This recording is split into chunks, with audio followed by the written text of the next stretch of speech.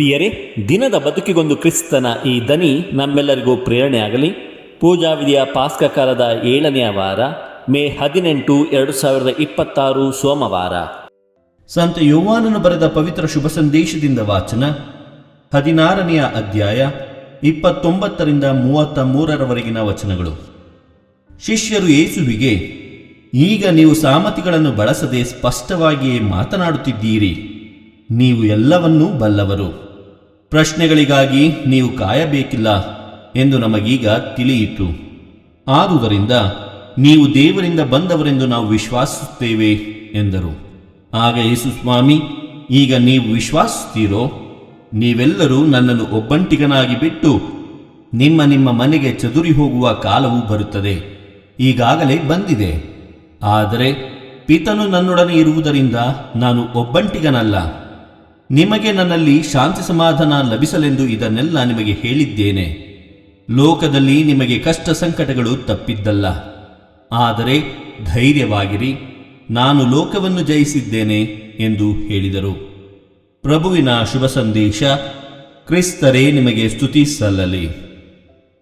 ಚಿಂತನೆ.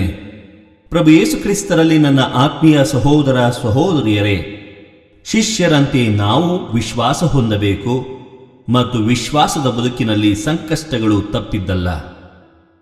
ಆತ್ಮೀಯರೇ, ಕ್ರಿಸ್ತ ಹೇಳುತ್ತಿದ್ದ ಮಾತುಗಳನ್ನು ಕೇಳುತ್ತಿದ್ದ ಶಿಷ್ಯರ ವಿಶ್ವಾಸ ವರ್ಧಿಸುತ್ತಿತ್ತು.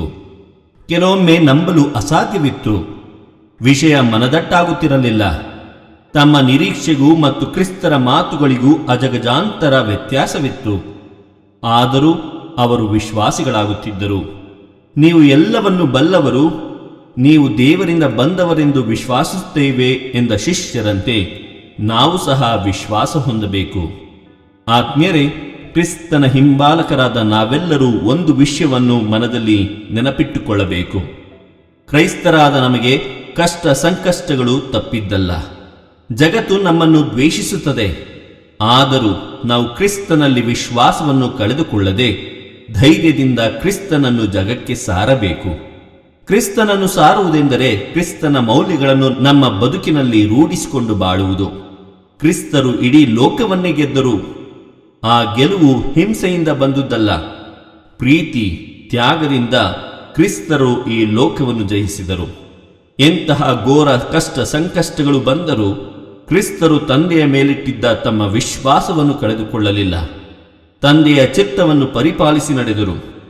ಆತ್ಮೀಯರೇ, ಅಂತೆಯೇ ನಾವು ಕೂಡ ಕಷ್ಟ ಸಂಕಷ್ಟಗಳು ನಮಗೆ ಬಂದರೂ ಕ್ರಿಸ್ತನಲ್ಲಿ ವಿಶ್ವಾಸವನ್ನು ಕಳೆದುಕೊಳ್ಳದೆ ಕ್ರಿಸ್ತನಲ್ಲಿ ಬಾಳೋಣ ಮತ್ತು ಪ್ರೀತಿ ಸೇವೆ ತ್ಯಾಗದಿಂದ ಕ್ರಿಸ್ತನನ್ನು ಜಗತ್ತಿಗೆ ಸಾರೋಣ. ದೇವರು ನಮ್ಮೆಲ್ಲರನ್ನು ಆಶೀರ್ವದಿಸಲಿ.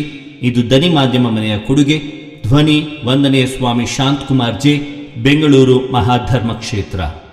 ಪ್ರಿಯರೇ, ಈ ಚಾನೆಲ್ ಅನ್ನು ಸಬ್ಸ್ಕ್ರೈಬ್ ಮಾಡಿ ಪ್ರತಿದಿನ ದೇವರ ವಾಕ್ಯವನ್ನು ಆಲಿಸುತ್ತಾ ಅದನ್ನು ಇತರರೊಂದಿಗೆ ಹಂಚಿಕೊಳ್ಳಲು ನಮಗೆ ನೆರವಾಗಿರಿ.